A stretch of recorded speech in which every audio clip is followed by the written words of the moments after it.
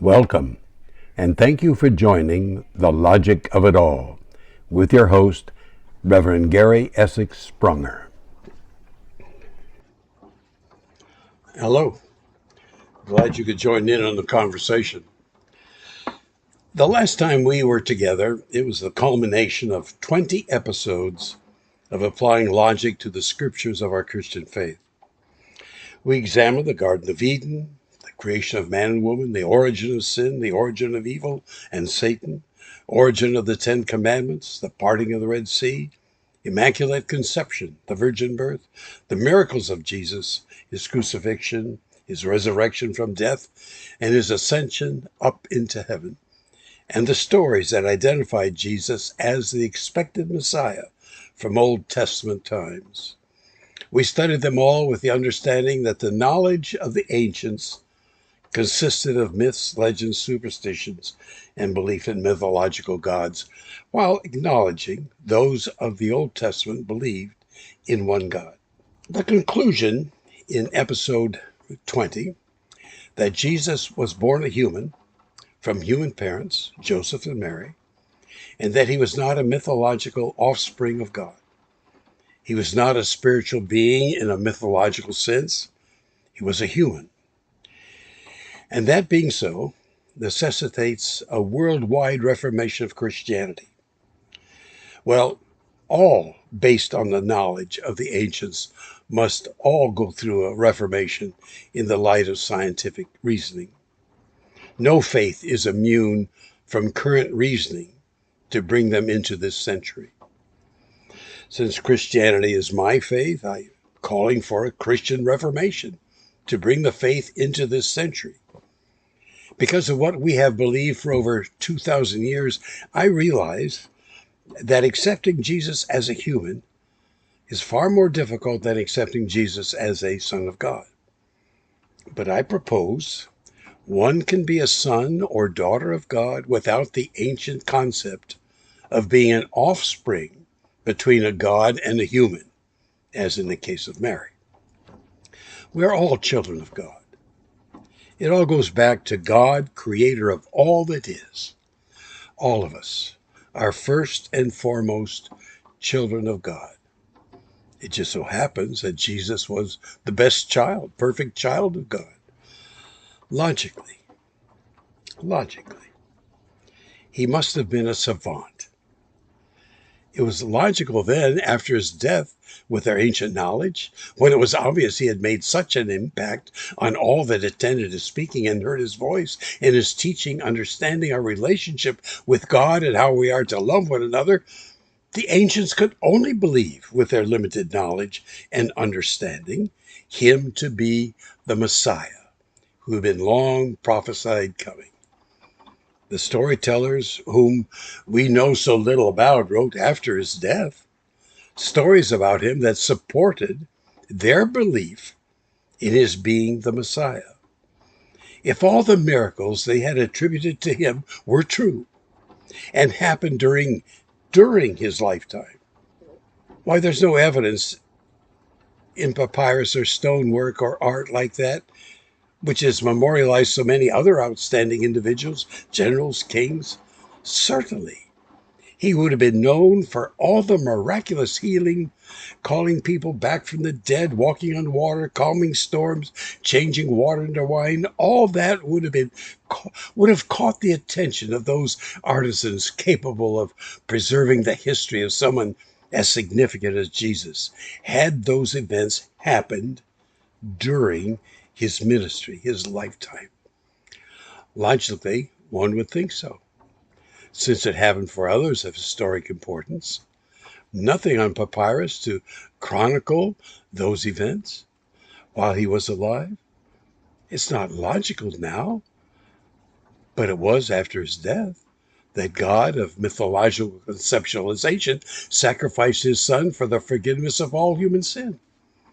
All one had to do is accept Jesus as their Savior. Can our current understanding of Jesus as being human achieve that for all humanity, past, present, and future?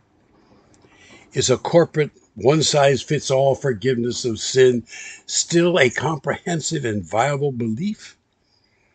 Remember, sin came into the world when Eve ate fruit from the tree of knowledge, which was forbidden. The Garden of Eden is a myth.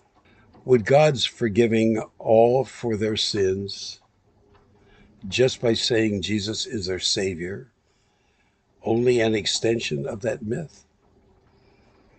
The human Jesus died an excruciating, unbearable death. Logically, he died as a human, not as a spiritual being in a mythological sense, Son of God, but as a human, like you and me, child, Son of God. Jesus lived, he taught, he died. His dying for me, your forgiveness comes when you, accept his teaching about the way to live a life acceptable to God for us all. This is how the death of Jesus becomes overwhelmingly personal. As a human of perfection, he died for each one of us. It's personal, not way out there for everyone. That was a reflection of the ancient concept of a Messiah coming to save everyone from invading enemies. They believe he came to save us from the ultimate enemy, death. He was perfection as a human. We are human. He showed us it could be done. He lived and died for you and you and you and me. Personal. Between Jesus and you and me. A personal Savior. It's not logical that he died for everyone forever and ever. It is far more logical that he died for us individually. Not that his death was a sacrifice to atone for all human sinfulness before God, but rather his death of human perfection died, and it is the way he lived and taught that we can accept and mold into our being so that we too might be accepted into the presence of the Creator God of us all forever.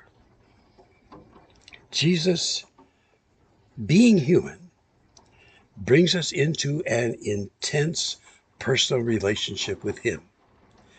It is not as easy as saying, Jesus is my Savior and being forgiven. It is following the foundation of his teaching. Love the Lord your God with all your heart, with all your soul, and with all your mind, and with all your strength. The second is like this: love your neighbor as yourself. There is no commandment greater than these.